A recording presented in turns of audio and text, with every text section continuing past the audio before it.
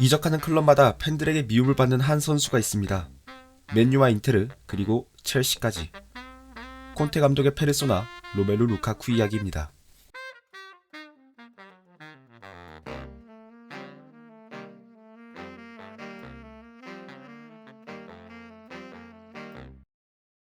(1993년 5월 13일) 루카쿠는 벨기에 앤트워프에서 태어났습니다. 로멜루 루카쿠의 어린 시절은 끔찍했는데요. 축구선수였던 아버지는 루카쿠가 6살이 됐을 무렵 현역 은퇴와 동시에 파산해버립니다. 식비를 감당할 돈도 없었으며 온수가 나오지 않아 물을 끓여 샤워하기도 했죠. 하지만 루카쿠는 무너지지 않았습니다. 그는 어머니에게 안더레르트에서 꼭 축구를 할 것이라고 자신있게 말하며 더는 어렵게 살게 하지 않겠다고 약속했습니다. 그렇게 그 말이 첫 번째 목표가 된 루카쿠에게 축구는 놀이가 아니었습니다. 루카쿠는 이렇게 말합니다.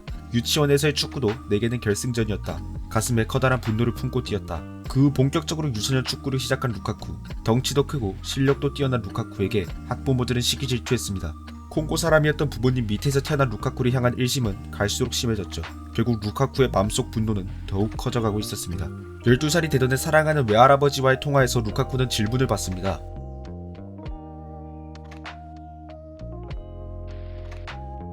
그 통화 이후 외할아버지는 5일 만에 돌아가셨습니다. 지금의 루카쿠는 그와 한 번만 더 통화할 수 있으면 좋겠다고 말합니다. 많은 일을 겪은 후 루카쿠는 13살이 되던 해 안더레르트에 영입됩니다. 유소년 레벨을 씹어먹고 있던 그는 첫 번째 목표 달성에 8부 능선을 넘게 됩니다. 역시나 루카쿠는 안더레르트에서도 활약을 이어나갔습니다. 2009년 5월 13일에 프로 계약을 맺었고 11일 후인 5월 24일 교체 출전하며 데뷔전마저 치렀죠. 유스를 폭격하던 루카쿠. 이 활약 덕에 0910 시즌 안더레르트의 주전 공격수가 됩니다. 어머니와 했던 약속을 지켜내는 순간이었죠.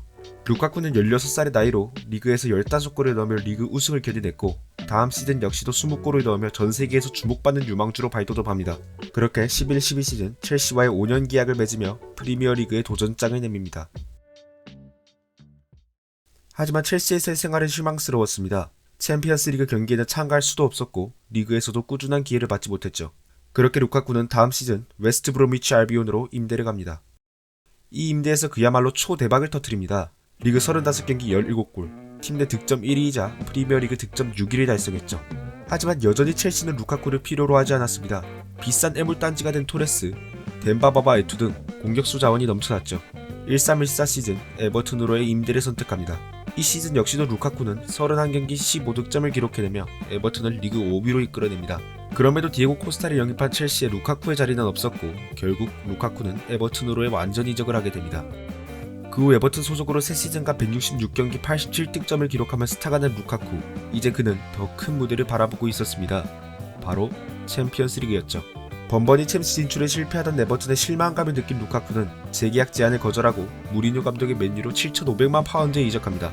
17-18 시즌 맨유로 이적해 51경기 27골을 기록합니다.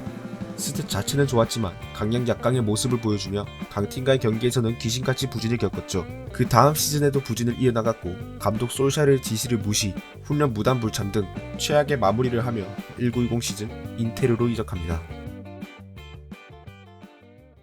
인테르로 이적한 루카쿠는 은사 콘테를 만납니다.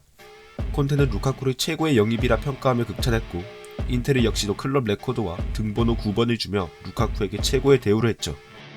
그렇게 콘테의 가르침을 받은 루카쿠는 달라지기 시작했습니다. 원래 하지 않던 등지기부터 연계, 득점력, 점점 완성형 포워드에 도달하고 있었죠. 1920 시즌 전대회 34골에 단 성적이 이리 증명하고 있었죠.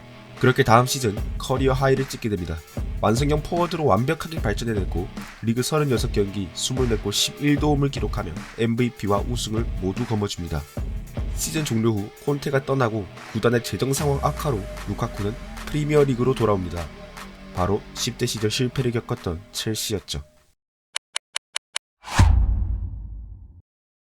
그렇게 21-22 시즌이 시작됩니다. 하지만 첼시에서의 루카쿠는 아쉬웠습니다. 인테르 시절과 비교하기 민망한 수준이었죠. 프리미어리그 경험은 충분한 선수였기에 적응의 문제는 더더욱 아니었습니다. 그렇게 부진을 겪던 와중 투엘과의 브라설이 대두됩니다. 브라설 이후 루카쿠는 시즌 초와 달리 의지가 결여된 모습을 많이 보여줍니다. 그저 동기부여의 문제로 보였죠. 그렇게 모든 기대를 한 몸에 받으며 이적해온 루카쿠는 첼시 클럽 역사상 최악의 먹튀로 전락합니다. 완전히 꼬여버린 루카쿠. 2시즌간 임대를 저주하다 결국 24-25 시즌 은사 콘테를 만나러 나폴리로 이적하게 됩니다. 루카쿠에게 실력은 문제가 없었습니다. 16살의 나이에 시즌 19골을 넣었고 프리미어리그 개막 후 에버튼 최다 득점자가 됐으며 인테르 시절에는 리그 MVP도 수상했습니다. 최악이라 불리는 첼시 시절도 초반 임팩트만큼은 대단했죠.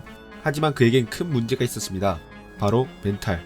에버튼의 스포츠 디렉터였던 스티브 월시는 루카쿠를 영입하려던 무리뉴에게 루카쿠는 덩치만 큰 악이라며 경고했죠. 이런 루카쿠는 가는 팀마다 트러블을 발생시키며 다녔습니다. 맨유 시절 솔샤르의 포스트 플레이 지시를 무시하고 그린우드와 주전 경쟁 때문에 기분이 상했는지 훈련 무단 불참 후 벨기에에서 혼자 훈련하는 기행을 저질렀죠. 그리고 인테르로 이적하자 루카쿠는 맨유 시절 깊은 구렁텅이에 빠져 있었다 라는 망언을 뱉으며 다시 한번 팬들의 속을 불타게 만들었습니다. 그 후 2021년 11월 31일 첼시 이적 후 전세계를 충격에 빠뜨린 인터뷰가 공개됩니다. 나는 지금 첼시에서 행복하지 않다. 투엘이 자신을 쓰는 방식이 잘못됐다며 언에 피를 띄우죠. 여기서 끝이 아니었습니다. 자신은 레바민을 갈 줄 알았지만 못 가 마지못해 첼시에 왔다는 식으로 말을 합니다. 모든 첼시 팬들은 분노로 가득 차 루카쿠 아웃을 외치죠. 그렇게 루카쿠는 인테르로 임대를 가고 인터뷰를 남깁니다. 첼시로 이적한 건 실수다.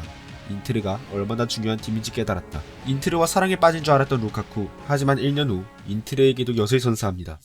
23-24 시즌 인테르는 루카쿠 완전 영입을 시도합니다. 인테르가 어렵게 첼시와 하위점에 도달한 후 루카쿠에게 연락합니다. 하지만 돌아온 대답은 없었죠.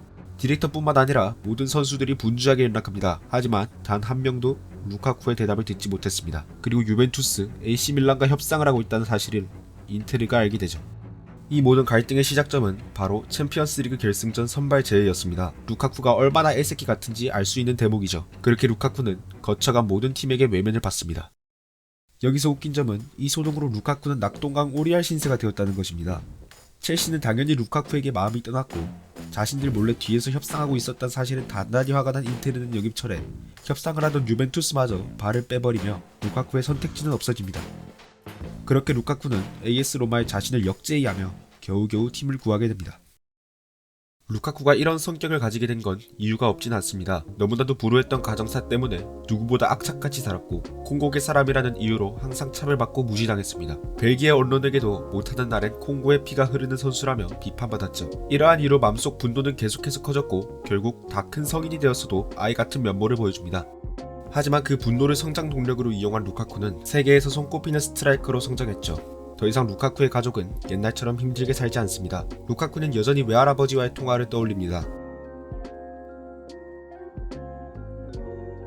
라고 자신있게 말할 수 있죠. 이제 그를 무시하는 사람은 없습니다. 모두에게 미움받지만 실력 하나는 대단한 선수. 힘들었던 어린 시절 가족과의 약속을 모두 지켜낸 로멜루 루카쿠 이야기였습니다.